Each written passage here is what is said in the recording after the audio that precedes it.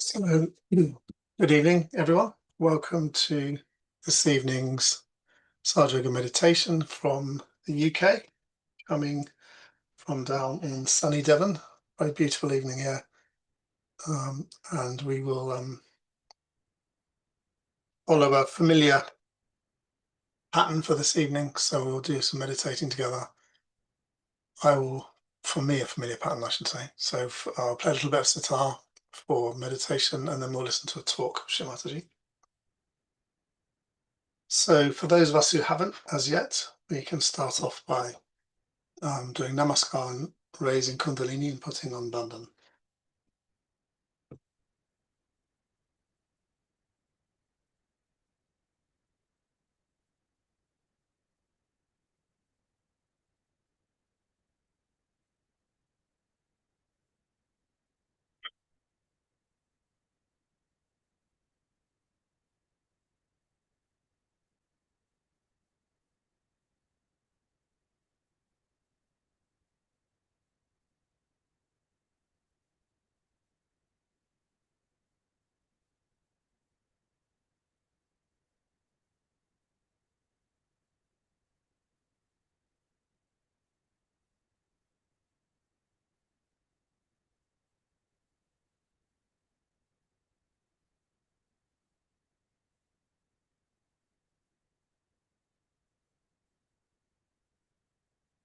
So we can start our meditation by simply closing our eyes,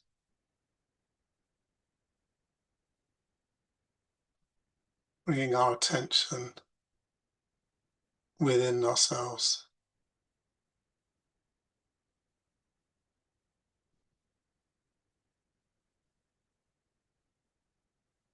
Initially, we can just take a few deep breaths and just try to relax.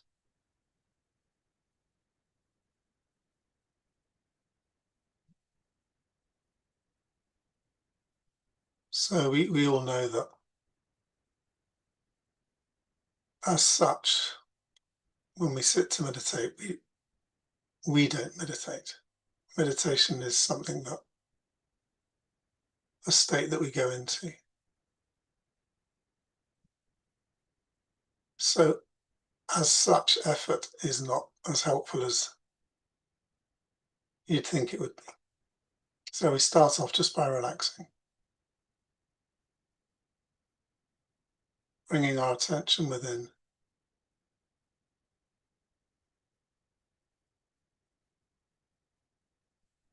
just seeing what we can feel on our hands,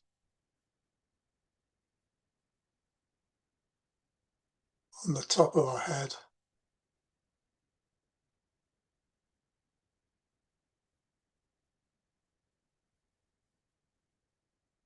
can we, already at this stage, can we feel the kundalini rising up or having risen up?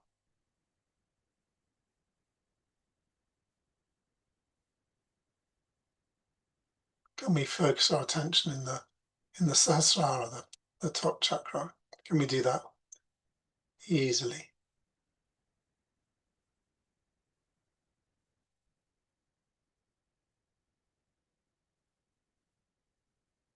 So we're just seeing where we're at.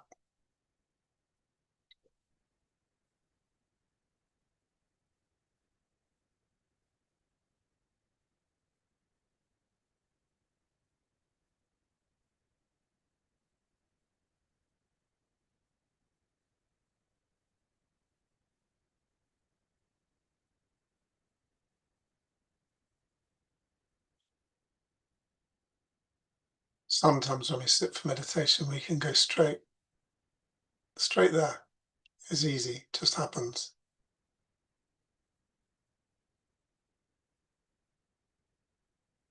And other times our attention is distracted, restless.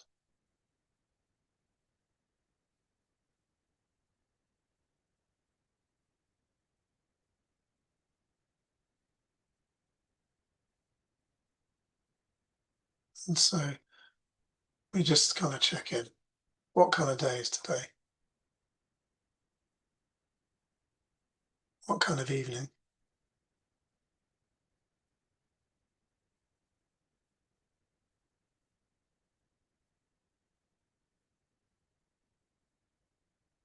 And then we can start kind of a,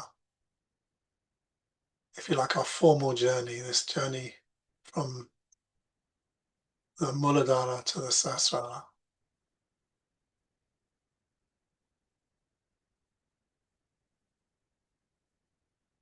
So we can all start with our attention in the Muladhara chakra, the base of the spine,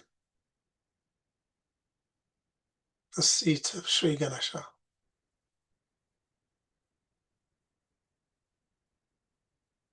The mirror within us, which reflects the qualities, the personality, the presence of Sri Ganesh.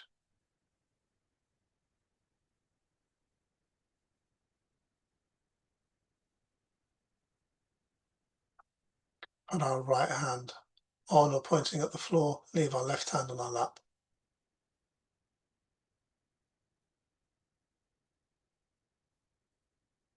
And just humbly pray to Sri Ganesha to please remove all the obstacles to the rising of Kundalini. So we all know that you go into meditation when the Kundalini rises. We don't make it rise. It's her inbuilt nature to rise. If anything, all we can do is try not get in her way.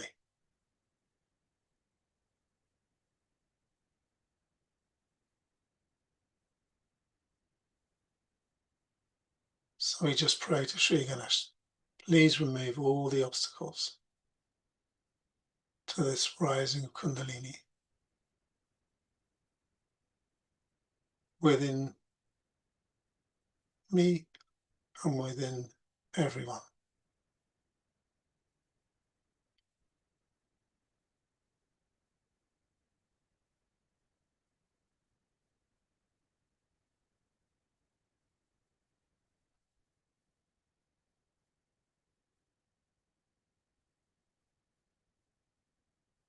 Just say that a couple of times and just sit briefly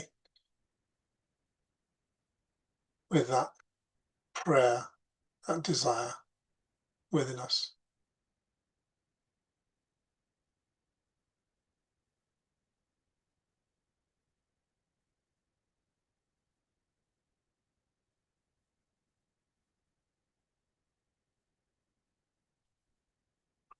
And as we know, the Muladhara chakra is the beginning, the seat of the left side.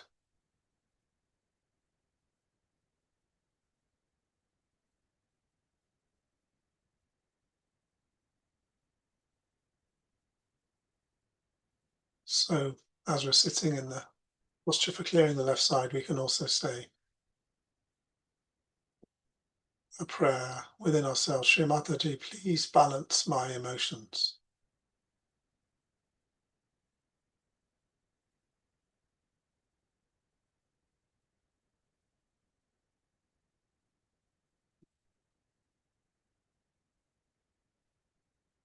Please strengthen the pure desire within me to be one with the Spirit.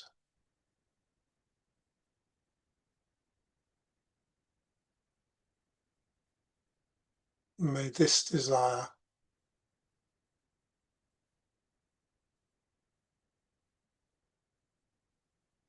be remembered by me.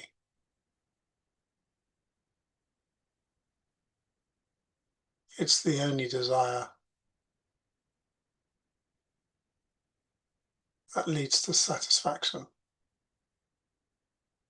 That doesn't just generate more desire.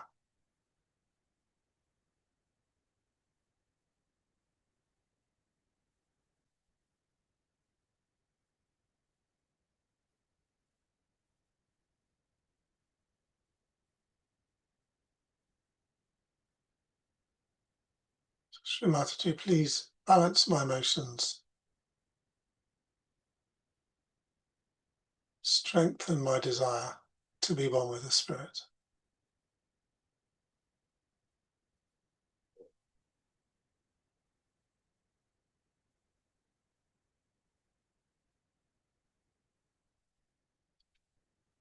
Then we can put our right hand back on our lap. This time, take our left hand, put it on our liver, so on the right side of our abdomen.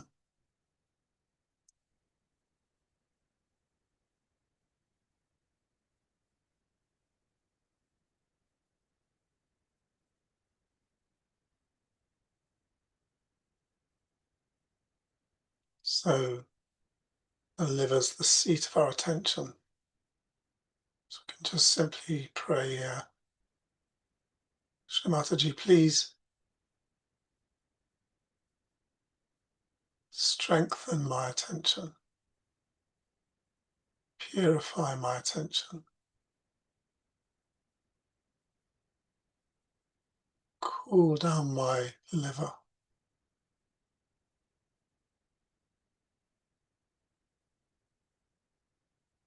reduce any restlessness in me, in my attention.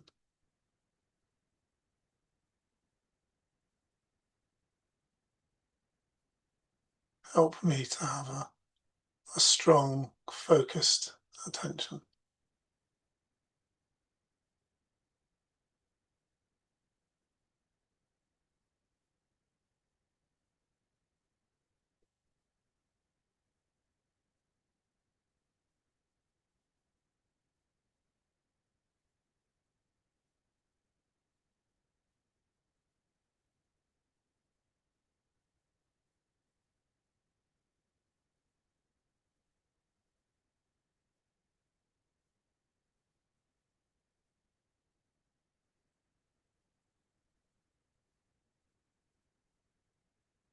We can take our left hand, put it back on our lap, so we're sitting with both our hands on our lap.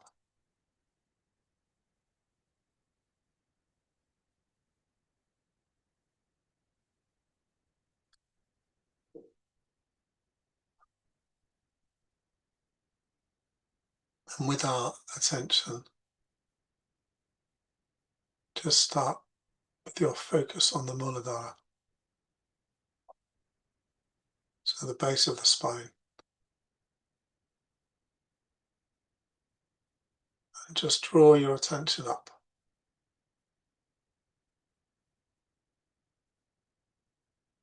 Through the Swadhisthana, into the void, through the Nabi,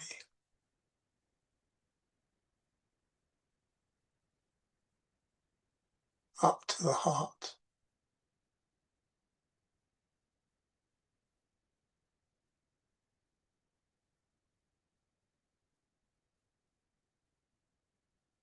And keep going through the heart to the Vishuddhi,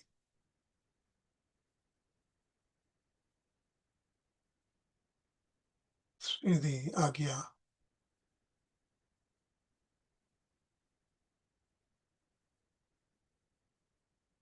and into the Sasrara.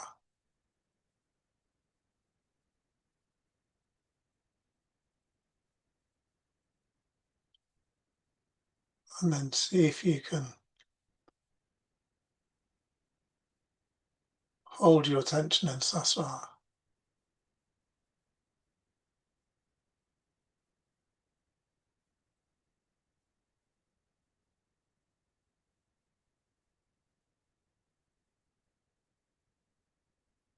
And can you do that without thinking?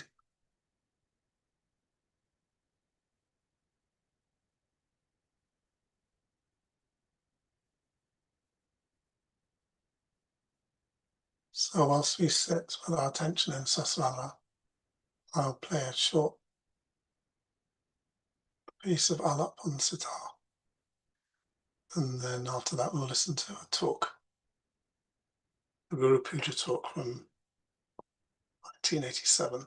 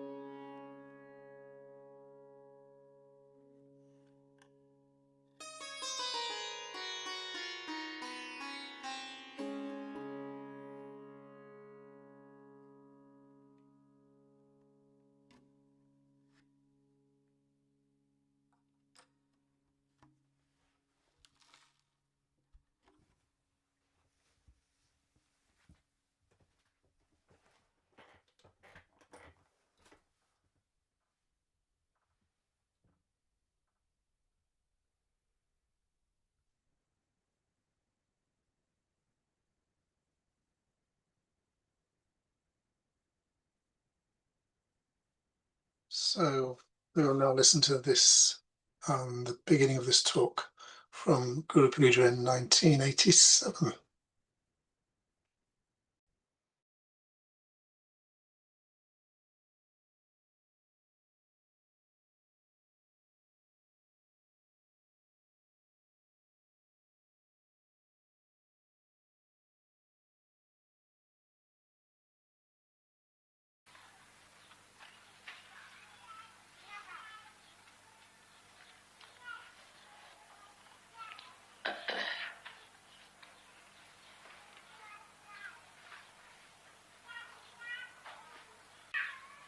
If we can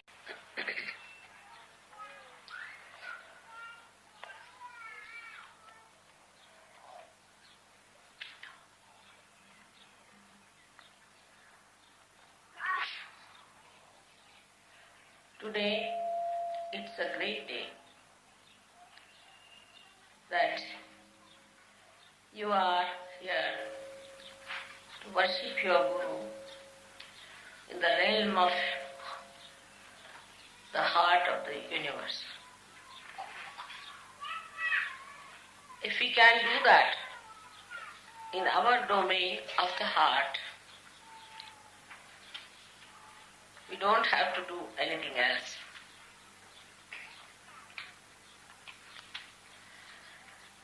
Today also,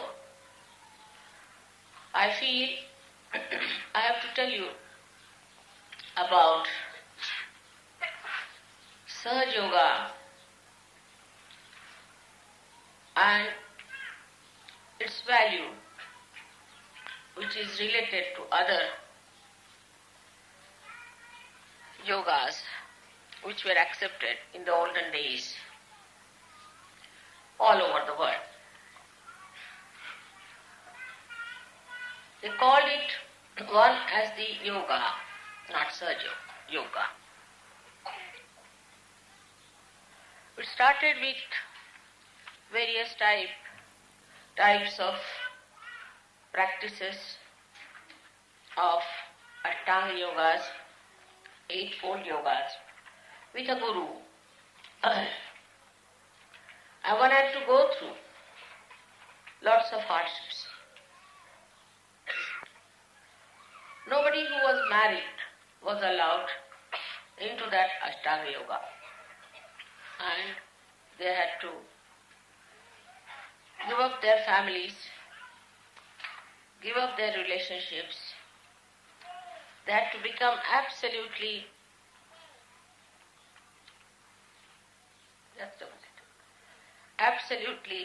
without any attachments, to go to a guru. All their property, all their possessions were given up, not to the guru, as is done in modern times, but given away. And this was called as yoga. The another style was called as Sankhya. Sankhya is where all your life you have to gather things with detachment and then to distribute them completely.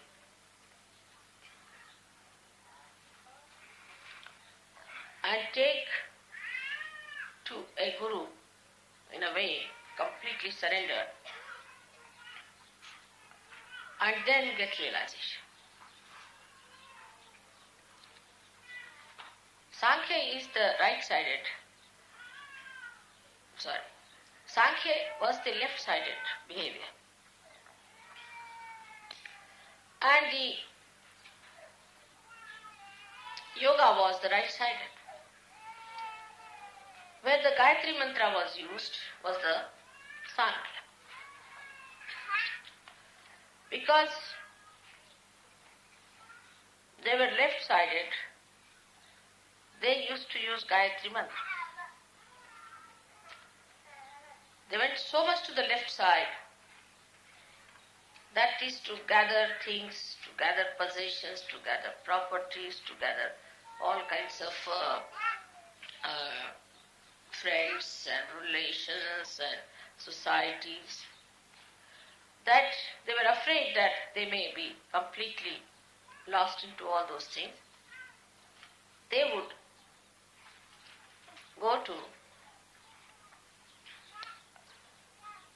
Gayatri, the mantra of Gayatri, which teaches you the essences of all our chakras, the centers. I've told about this before also. Bhu, Uru, Swaha.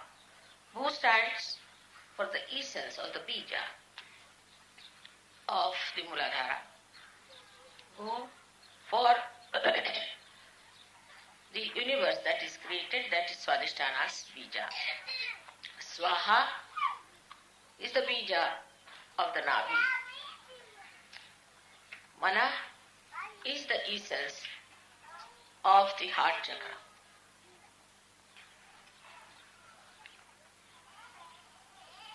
Then Jana is the people, collectivity, is the essence or the bija of the Vishuddhi chakra. Then Tapa is the one where you go into tapasya, into renunciation, into hardships. Is the essence of the Agya chakra. And then the Satya is the truth, is the essence of the Sahasrara. Not the truth that we think as truth, but the truth that is expressed in our central nervous system.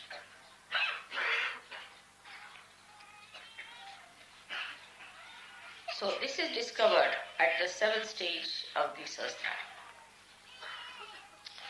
So the people who did Sankhya were sort of not so much respected as spiritual people, because they thought these are all involved into worldly things and worldly possessions and worldly happenings.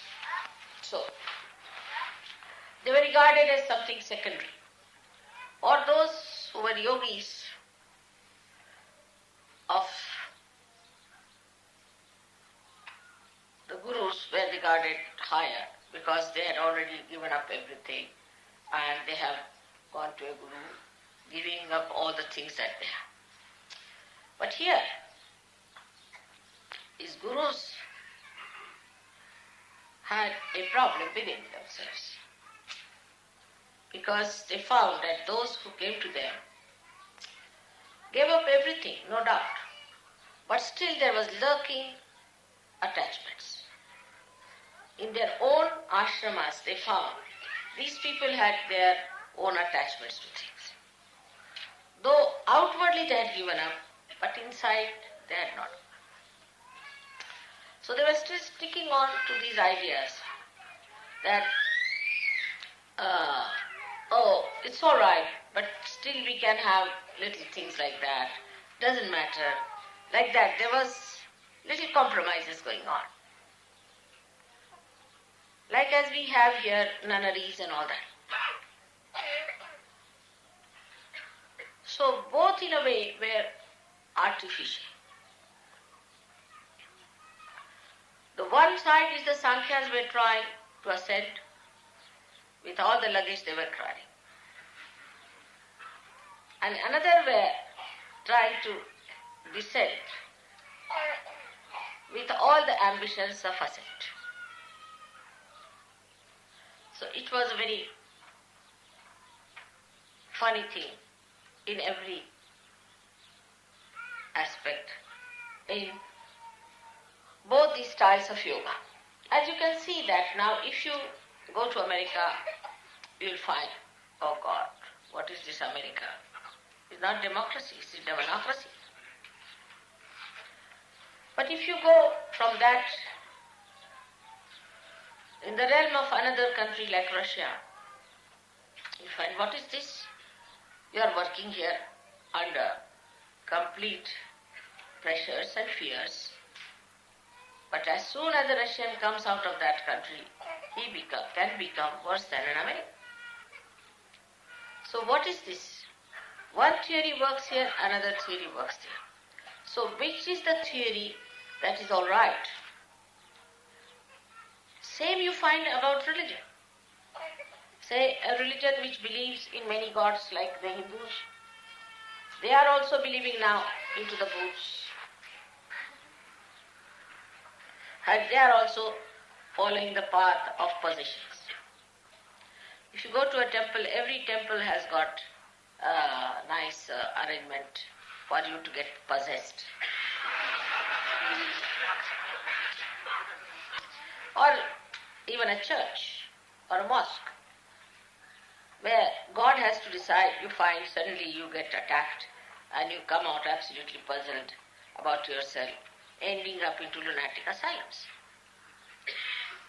So what sort of worshipping places are these where you go to find God and you get the horrible satanic forces acting on you?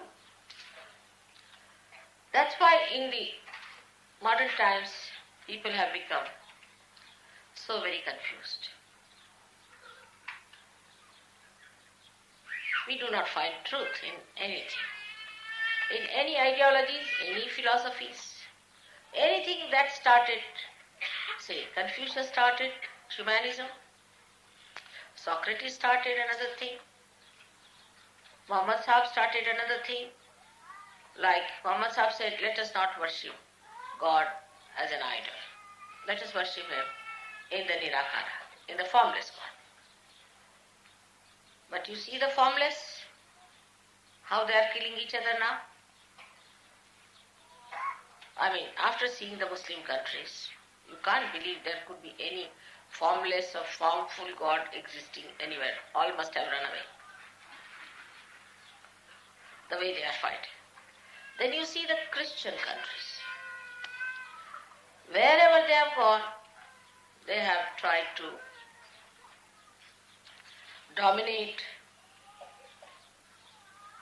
other people who were not Christians, just as if they had a right to do it because they were Christians.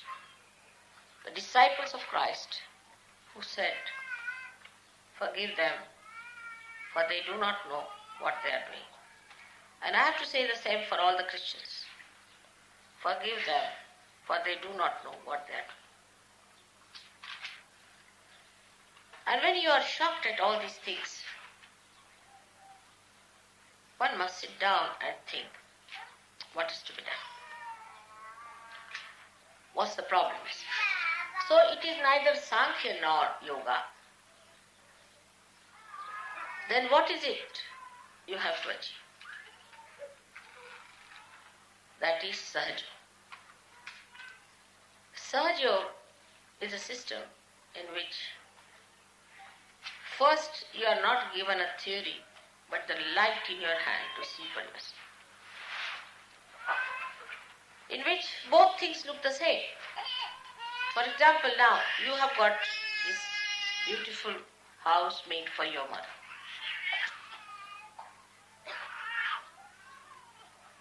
While your mother doesn't know how to get attached to even a pin. It's a funny situation. Everybody has to remind me, Mother, it is your house. Oh, I see.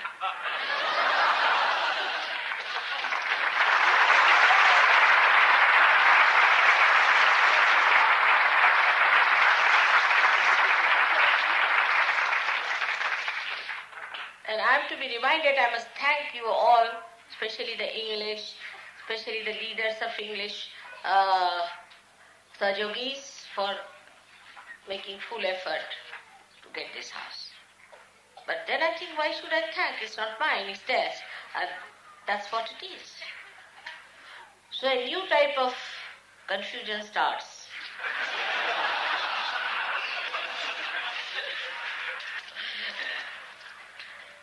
And that's what I felt, that this confusion is very sweet and beautiful. It's a fact that nothing belongs to us, but everything belongs to us. When I think about how beautifully you have done this place, it belongs to me, all right. This house belongs to me. England belongs to me.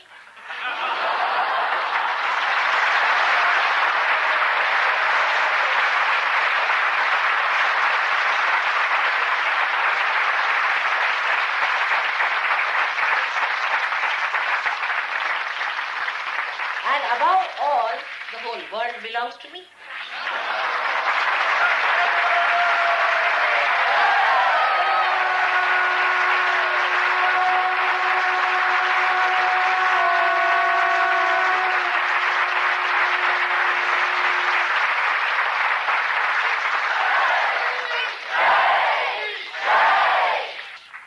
That's how we see Sankhya and Yoga become one in Sahaja Yoga.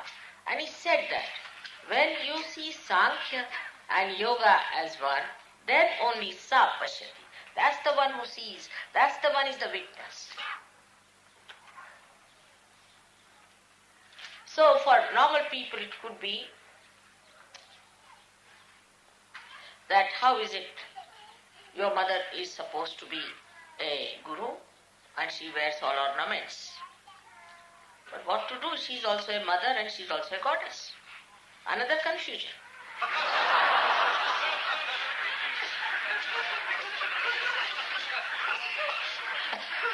How to make these two things be? You see, a guru has to be a very angry person, wearing only single dress, either upwards or downwards, I don't know how. With a big thick rod in the hand. Never smiling, laughing no question, smiling. And the gurus have to be very long-faced, developing big beards. And no ladies allowed. In such a situation, where the women are not to be seen at all. I mean, I shouldn't even see my face, it's like that.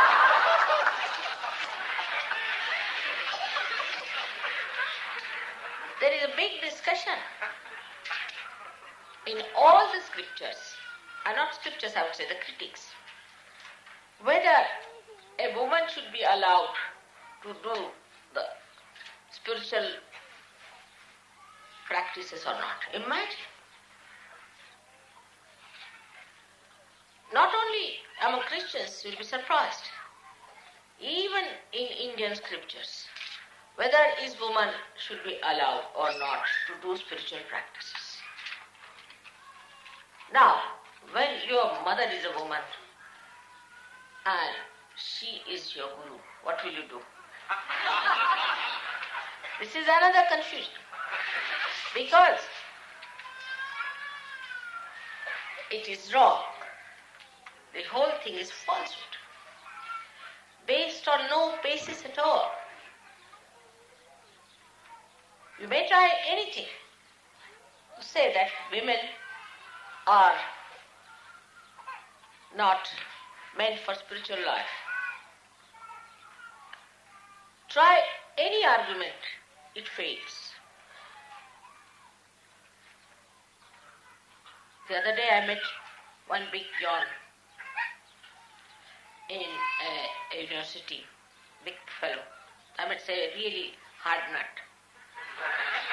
And he started saying, we Christians cannot accept a woman to be God. I said, why? Because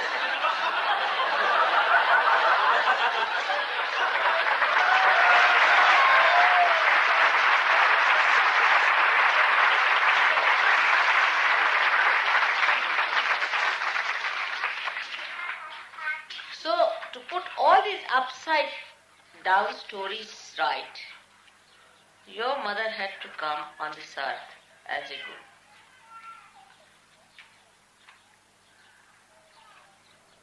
I got to this point out of one little confusion I had about myself.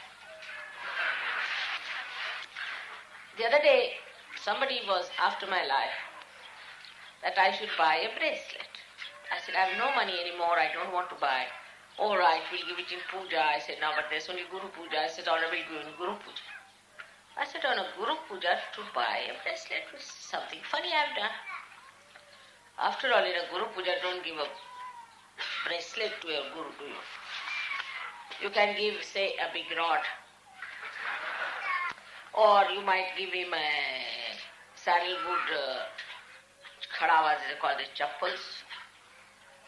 Or you may give him a shawl. But here it is about, I have asked, all right, give it in Guru Puja. What was the reason? And I became aware of my own confusion. And I thought of it. I said, this is what it is. That it has to happen this way. That on a Guru Puja, you have to give a bracelet to your Guru. Let us change it over. The whole thing has to be brought up this way that everything faces reality. All these false ideas have to be given up. Like if you have a carpet upside down, the whole design is upside down. But if you put the carpet right, everything falls in line. And that's why you needed a mother to give you realization and a guru as a mother to teach you that for ascent of God, nobody can be prohibited. That is how the Sahaja Yoga today is working out in all directions, if you find. To put all upside down things into right direction, to expose it to reality, to bring all real values, to abolish all rotten value systems, all political, economic systems, all spiritual theologies, all psychological and all such nonsensical ideas into its proper direction. How in one incarnation it has worked out. You can imagine how in one incarnation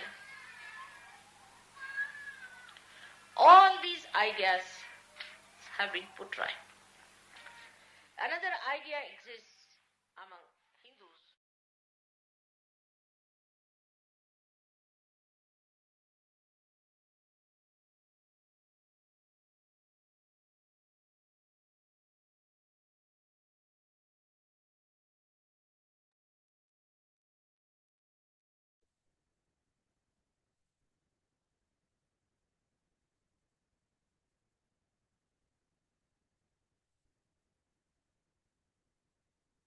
So we can draw our evening together to a close. And as our last collective act, we can, with our attention in Sasvara,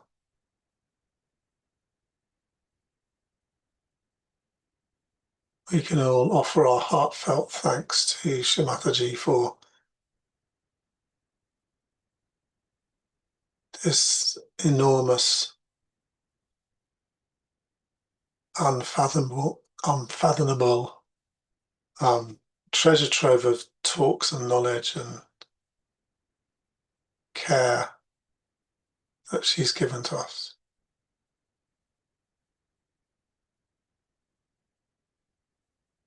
All this advice, all this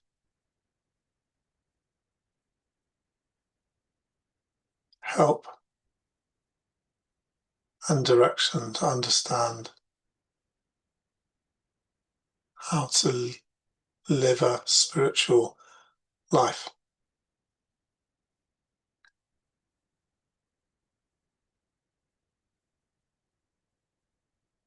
Ultimately, for giving us realization and helping us establish it. So we can all just thank from our hearts in our own way. Thank Shrimataji and Sasvara for this gift that she's given us all, that she's given everyone.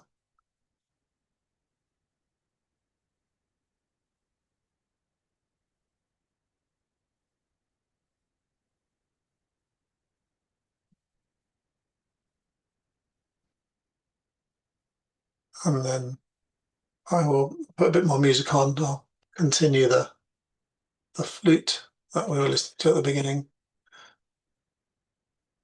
And those who wish to, they can continue to meditate a bit longer. And in our own time, we can all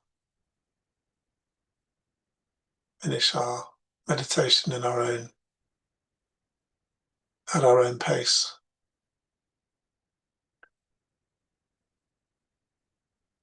So I'll put the music back on for another sort of 10 minutes or so.